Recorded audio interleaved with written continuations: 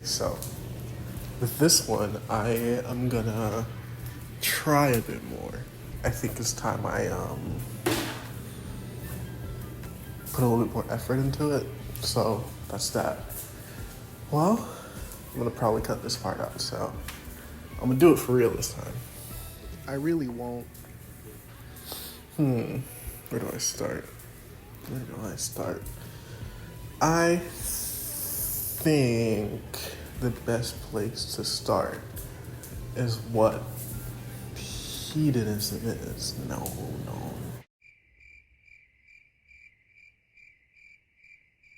Lately, I've been on a JuJutsu Kaisen rant. I guess I've just been watching a lot, or nah.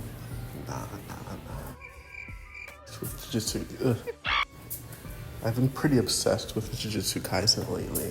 The whole thing is pretty interesting to me, and the idea that the driving force between these characters is their own selfishness and their own hedonism, their own greed, which isn't really something you see quite often. I think that's why it stood out to me as much as it did. The characters like Sukuna or Gojo, for instance, they're as strong as they are because they're as selfish as they are. Their whole idea of power is just having the power to do whatever you want. In Gojo's case, he can talk to whoever he wants, however he wants, because he has that power, and he shows it off when he needs to. And Sukuna, he just does what he wants when he wants. He lives by his own pleasures and displeasures.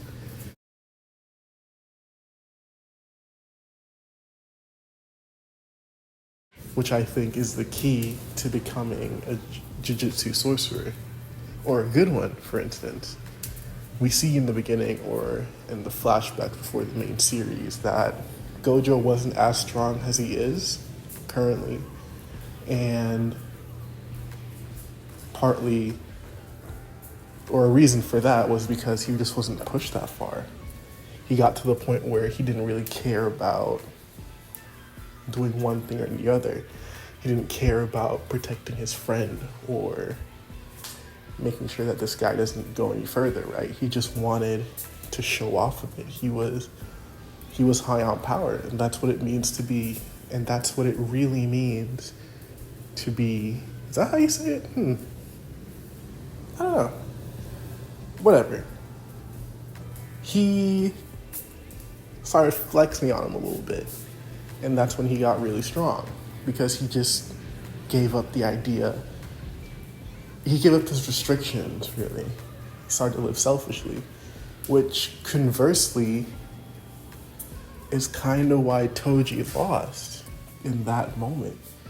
In that very moment, Toji talked about how he wanted to run away.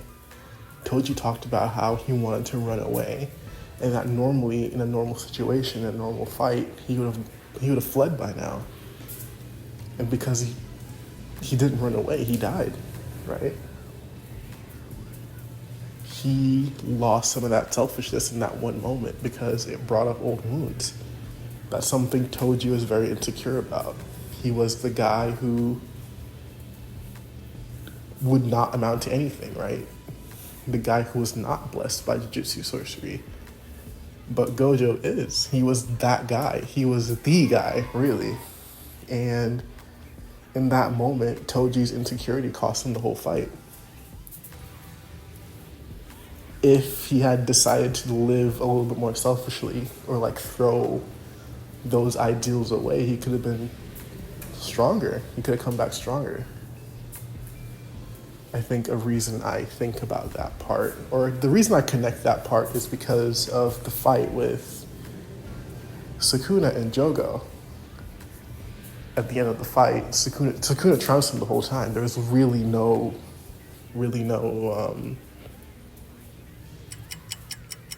I forget words a lot. There wasn't any competition, really. He just did what he did. And at the end, Sukuna even said, hey, I can see why you're doing this. I get it. I really get it. But the way I would have done things is to just burn everything, right? I would just disregard everything and I'd come out on top.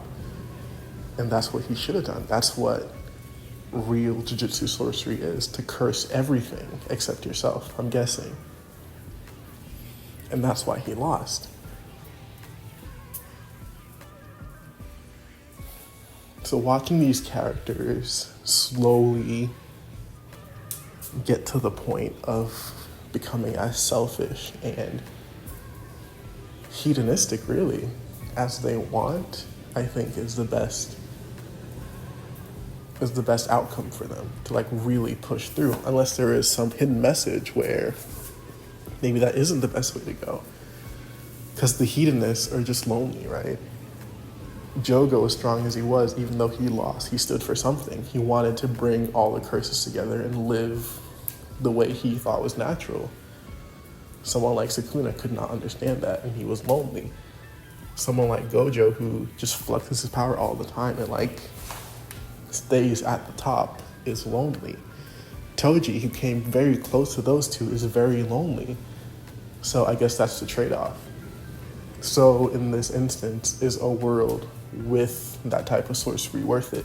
You're all just going to be alone. Or maybe that's just what the series is pointing to stop that. Because Yuji, as a character, mentions time and time again how he's just a lonely guy and he's doing all this just to make sure that he's not alone, which is his curse, right?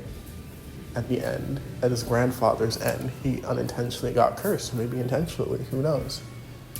But Yuji will go through hell and back literally to not be alone. At the end of the Shibuya arc, or right before the end of the Shibuya arc, with Yuji's last fight against Mahito, he comes to the conclusion that they're one and the same. They're the same person.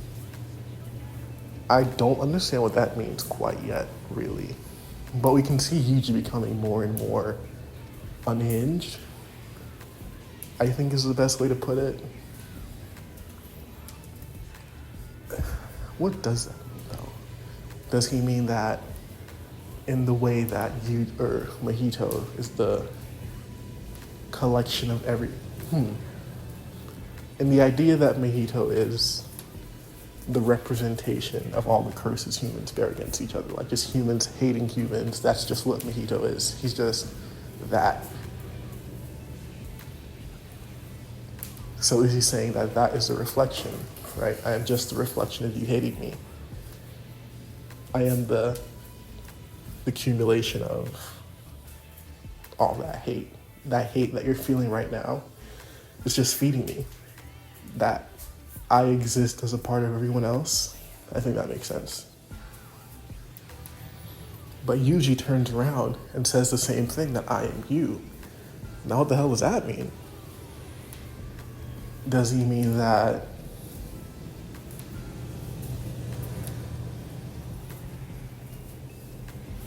Yuji is the reaction from all that? Yuji isn't inherently a hateful guy. I mean, Mahito definitely deserves it, but even after that, he acts pretty normal. Like, he jokes around and stuff. So he's not like a changed person, right? Or not outwardly, at least. I think he means that it's just a reaction of that hate. If you hate someone, you're gonna get hate back, right? If you hit someone, they're gonna wanna hit you back. So as much as Mahito is the reaction, maybe Yuji's a counteraction, but not really. That doesn't make too much sense to me. Because they both go in the same direction, right? As the wolf that chases the rabbit to eat it. I see. Okay, so it's a cycle. Because of that hate, Mahito's in a cycle. Because he does what he does, people will hate him and he will hate. And that was his downfall. I guess that could tie it back to hedonism or the results of hedonism. Because if someone just wanted to live as they did without any repercussions, that wouldn't work out. If someone wants to live crazy, if someone wants to live wild, it's always going to have a feedback. The feedback of hedonism is loneliness, question mark. Maybe, that makes sense. You'll attract other hedonists, but I wouldn't say they're the most trustworthy, right? Because the core point of hedonism is just self. You can't really be all self if you're gonna let someone in.